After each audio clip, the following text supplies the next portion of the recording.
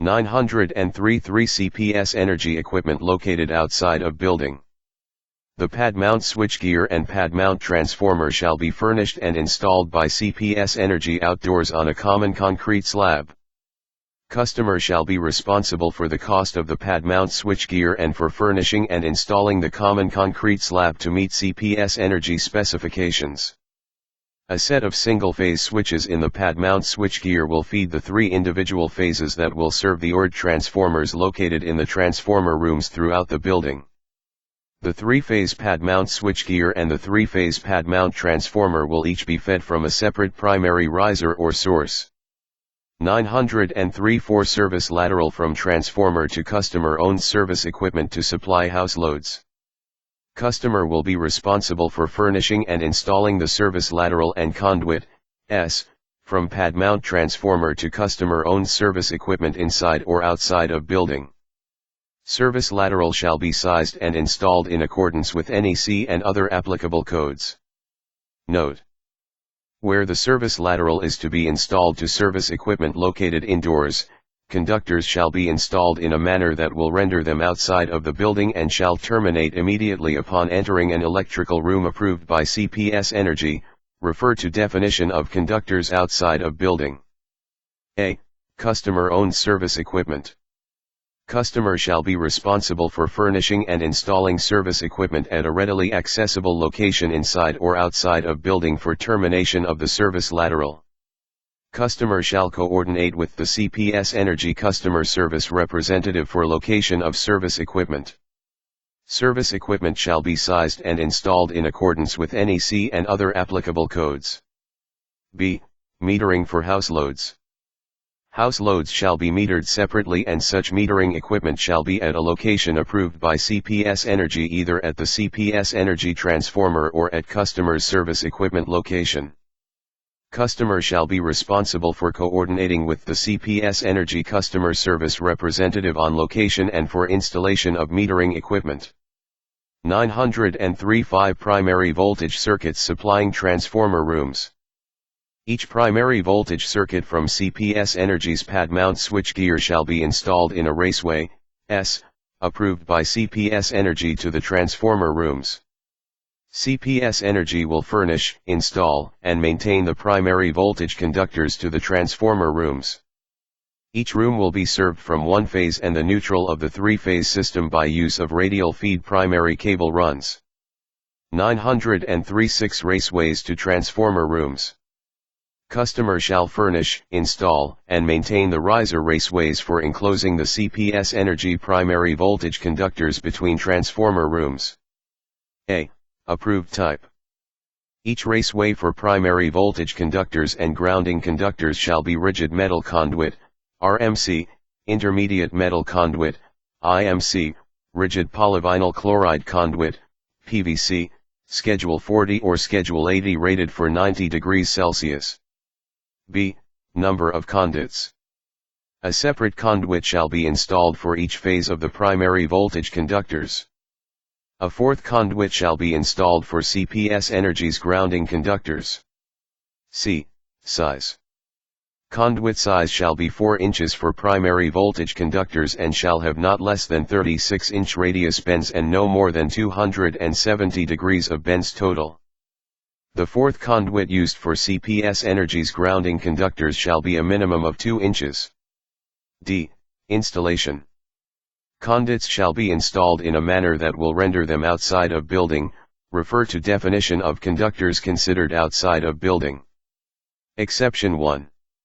CPS Energy may allow short continuous sections of RMC or IMC conduits to be installed from pad mount switchgear to dedicated riser shafts within the building.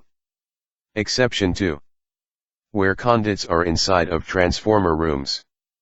In addition to conduits being installed in a manner rendering them outside of building, conduit installation shall also comply with the provisions below. 1. Conduits shall be grouped, and each conduit shall have 3 inches minimum spacing from adjacent conduits. 2. All conduits shall be located in a corner or side of the transformer rooms away from the doorway and ventilation ducts. It shall be on left side of the transformer room facing through the doorway from outside the room. 3. Where conduits enter and leave stacked transformer rooms, they shall be in vertical alignment, terminate 12 inches above floor level and be flush at ceilings. 4. Customer shall seal all conduit entrances for the purpose of stopping the intrusion of water. 5. Customer shall install an appropriate pull wire or equivalent in each conduit. CPS Energy will install the necessary equipment in each transformer room for cable support. 6. Customer shall install a 7/8-inch galvanized pull iron in the ceiling as near as practical over each conduit entrance in the floor for pulling and supporting cables. 937 Transformer rooms. Customer shall furnish and install transformer rooms in a stacked manner to allow primary circuits to utilize common riser shafts. Common riser shafts shall serve as dedicated easements for CPS Energy's primary voltage supply to single-phase transformers. General requirements are as indicated in A through G below. A. Location. Where practical, transformer rooms should be located on outside walls with direct access to natural air ventilation. Transformer rooms should be close to load centers for minimum voltage drop and also should be close to electric meter rooms. The transformer room location should minimize the effect of transformer and ventilator motor noise on residential areas. A location near elevators is preferred. B. Building access requirements to transformer rooms. 1. Customer shall provide a minimum 4 feet wide by 7 feet high, unrestricted passageway with floor capable of supporting 2,500 pounds concentrated load, 300 psi, from outside the building to each transformer room. 2. Customer shall provide an elevator with minimum rated capacity of 2,500 pounds for delivery of CPS Energy transformers to the transformer rooms on the various levels of the building. This elevator shall be labeled freight/personnel to distinguish it from other elevators in the building. Minimum elevator door openings shall be 48 inches wide by 84 inches high. C. Restricted access to transformer rooms. Except for the installation of customers' conductors that are connected to the secondary side of CPS Energy's transformers, transformer rooms are only for the installation of CPS Energy-owned equipment. Customer shall not install any devices, raceways, boxes, fixtures, etc. in the transformer rooms unless such equipment is required for the operation of the rooms. Only CPS Energy personnel are permitted access to transformer rooms. D. Noise reduction. CPS Energy will install its transformers on vibration-absorbing mountings. Oil-type transformers will be used and they may have a noise level of approximately 45 decibels, 60 Hz. Customer shall provide any additional soundproofing material within the transformer room to contain the noise. Soundproofing materials shall be non-flaking and fire-resistant. Customer shall assume all responsibility for noise from transformer rooms. E. Structural. Customer shall construct transformer room floors and 12-inch elevated transformer slabs to support a weight of 2,500 pounds load concentrated in an area with dimensions of 48 inches x 48 inches. Transformer room walls shall be masonry and suitable for equipment mounting. The transformer room shall conform to NEC requirements for transformer vaults and also meet CPS Energy requirements. F. Size of transformer room. Normally only one transformer will be placed in a stacked transformer room. The minimum inside dimensions of a transformer room without vertical ventilation ducts shall be 8 feet high x 9 feet wide x 7 feet deep. Where vertical ventilation ducts are used, additional space will be required. G. Doorways. 1.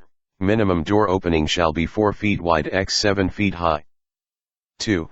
Doors shall swing out from transformer room and personnel doors shall be equipped with panic bars, pressure plates, or other devices that are normally latched but open under simple pressure, per NEC and applicable codes.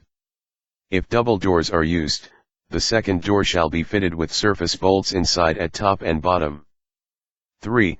Transformer room floors and walls shall be designed to prevent oil seepage to outside of room. A 12-inch sill will be required under doorway. 4.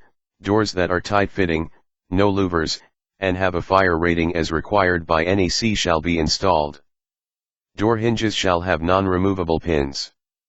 Doors shall have cylinder locks keyed to CPS energy keys or shall have non-removable hasps for CPS energy padlocks. Only CPS energy locks shall be on doors. CPS energy will label, danger high voltage on the transformer room doors. H. Ventilation.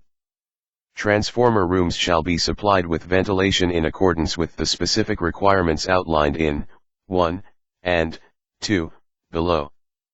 1.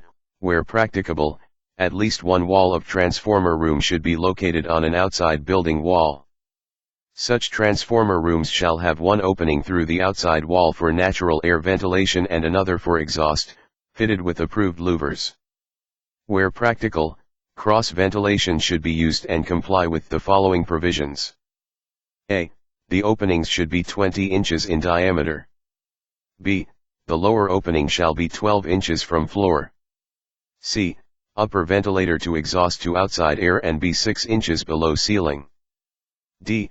Ventilation openings to be installed as far away as possible from doors, windows, fire escapes, and combustible material. E. Ventilation openings to the interior of the building are not allowed. F. All openings shall be covered with durable gratings, screens, or louvers, according to the treatment required in order to help avoid unsafe conditions. G. If fans are required, CPS Energy shall furnish, install, and maintain them. 2. Where transformer rooms must be located interior to the building, the following provisions shall apply. A. Customer shall furnish, install, and maintain ventilation ducts or shafts. Supply ducts or shafts must be separate from exhaust ducts or shafts. B. Supply and exhaust air from outside the building must be at the minimum rate of 750 CFM per transformer room and must be independent of any other ventilation or air ducts. C.